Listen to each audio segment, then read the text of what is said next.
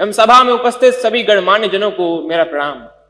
जिस विधानसभा को आचार्य नरेंद्र देव, पंडित गोविंद वल्लभ पंत और चौधरी चरण सिंह जैसे नायकों ने सुशोभित किया, उस देश की सबसे बड़ी विधानसभा को मेरा सादर प्रणाम। मेरा नाम अर्जुन है, कक्षा 12वीं का छात्र हूं। संविधान के 75 वर्षों की यात्रा पर बोलने हेतु तीर्थों के तीर्थराज प्रयाग से आपके समक्ष उपस्थित हूं। यूनिवर्सिटी ऑफ शिकागो के प्रोफेसर टॉम गिन्सबर्ग ने 1789 के बाद लिखे गए 190 संविधानों का अध्ययन किया और पाया कि इन संविधानों का औसत जीवन मात्र 17 वर्ष है। परंतु भारत का संविधान भारत के उत्कृष्ट मानवीय उपादानों का प्रतिनिधित्व करते हुए 75 वर्षों बाद भी आज दृढ़ता के साथ विद्यमान है। यह इसलिए भी क्योंकि भारत का संविधान मात्र 2 वर्ष 11 महीनों के विमर्श से तैयार हुआ एक दस्तावेज नहीं, अपितु 200 वर्षों की सतत साधना से परिणित नवनीत है। ये यात्रा एक राष्ट्र के रूप में हमारी आत्मा का, हमारी सामूहिकता का उत्सव है।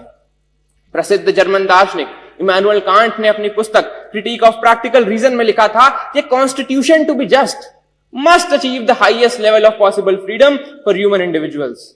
कांट की इसी वैचारिकता को अपनी समस्त समग्रता में समेटने का काम संविधान ने किया और एक समावेशी लोकतंत्र संजोया। भारत का संविधान सिर्फ इसलिए बड़ा नहीं है क्योंकि इसमें 1.5 लाख शब्द हैं, अपितु इसलिए भी क्योंकि इसके पृष्ठों से महात्मा गांधी के हिंद स्वराज, भगत सिंह के क्रांति, अंबेडकर के सामाजिक न्याय और नेताजी बोस के संप्रभु और सशक्त भारत की आकांक्षाएं भी परिलक्षित होती हैं। संविधान की यात्रा सरल नहीं रही है।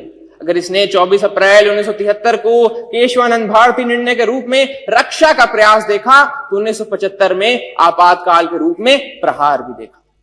संविधान हमारा वह दर्पण है जिसमें हम अपने अतीत को देखते हैं, वर्तमान को समझते हैं और भविष्य को गढ़ते हैं। हमें यह भी समझना होगा कि संविधान साधन है, साध्य नहीं। हाँ, वो हमें जमीन तैयार करके तो दे सकता है, परंतु उस पर फसल बोने का काम हमारे ही जिम्मे है। ऐसे में हमें समझना होगा कि हमें एक ऐसे राष्ट्र का निर्माण करना है जिसके 6 स्तंभ हों: समता, समृद्धि, समन्वय, संस्कृति, सेवा और समर्पण। एक ऐसा भारत जहां हर व्यक्ति कह सके मैं भारत हूं और भारत मुझ में। जहां विश्व में तमाम जगह संवैधानिक मूल्यों के लिए, मताधिकार के लिए आंदोलन देखे गए, वहीं भारत में सहजता से प्राप्त मताधिकार एवं मौलिक अधिकारों ने शक्ति का संचार किया।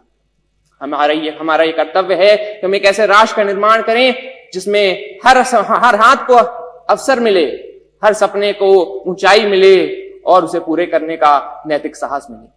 अंत में इतना ही कि हमने तहरीर की है कागजों पर सदियों की बातें, हमने तहरीर की है कागजों पर सदियों की बातें, संविधान यूं ही नहीं, हर लफ्ज में एक कौम की सांसें। धन्यवाद।